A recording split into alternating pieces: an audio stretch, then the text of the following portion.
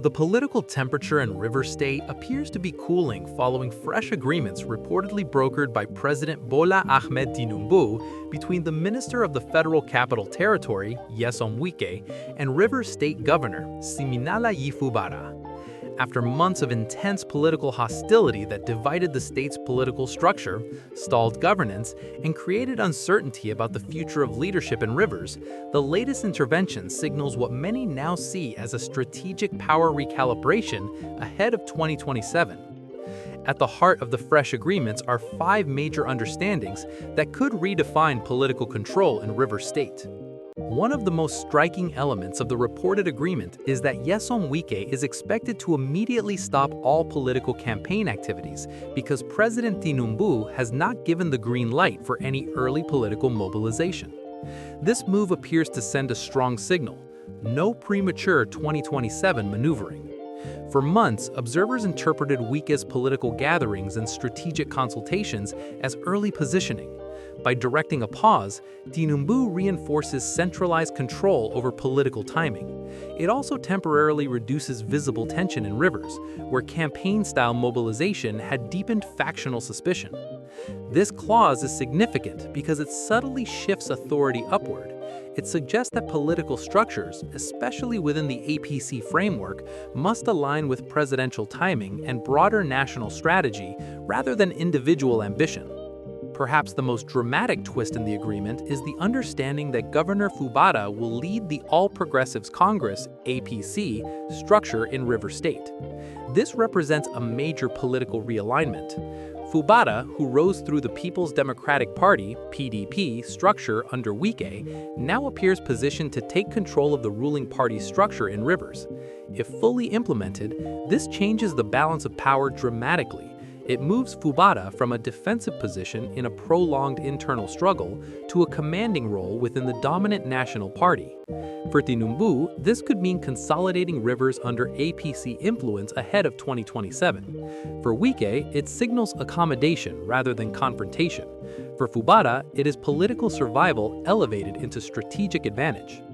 Another key element of the agreement reportedly states that all loyalists of Governor Fubara should be integrated into the APC structure. This is not a small matter. Political structures in Rivers are deeply factionalized.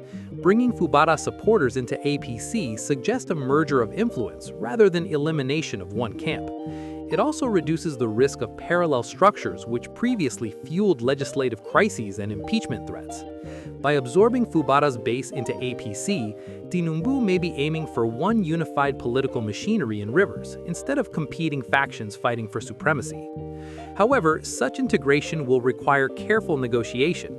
Party leadership positions, ward structures, and delegate systems will need balancing to prevent fresh resentment. Another critical agreement is that all governmental functions, including the appointment of commissioners and full executive operations, should take place immediately. For months, Rivers State governance suffered from incomplete executive structures and legislative standoffs. The absence of commissioners weakened policy coordination and slowed development programs. Restoring these appointments immediately signals a return to administrative normalcy.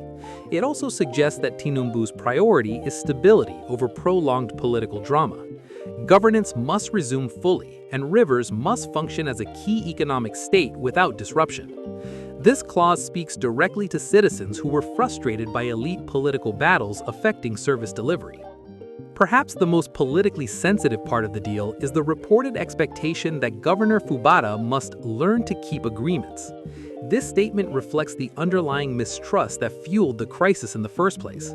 Allegations of reneged agreements and shifting alliances were central to the breakdown between Wike and Fubara. By emphasizing adherence to agreements, the new arrangement appears to demand political discipline and predictability. It also suggests that Tinubu's mediation is not just about peace, but about enforceable commitments. In Nigerian politics, informal agreements often shape power transitions. However, when such agreements collapse, instability follows. This clause implies that continuity and loyalty to negotiated terms will now be closely monitored. The fresh agreements represent more than reconciliation. They represent restructuring. Tinubu emerges as the ultimate stabilizing authority, reinforcing federal influence in a strategic oil-producing state. Wike appears to retain relevance under moderated political movement. Fubara transitions from embattled governor to potential APC state leader. For 2027, this could mean Rivers becomes a consolidated APC stronghold rather than a divided battlefield. However, implementation remains the true test. Political agreements in Nigeria often succeed on paper but struggle in practice. Integration of structures, sharing of influence, and personal trust between actors will determine whether this peace lasts. If fully executed, this deal may go down as one of the most significant political recalibrations in River State's recent history. If it fails, Rivers could return to turbulence, but with even higher stakes. For now, the message appears clear. Stabilize Rivers, consolidate power, and align early for the next political cycle. The coming months will reveal whether this is genuine reconciliation or strategic ceasefire.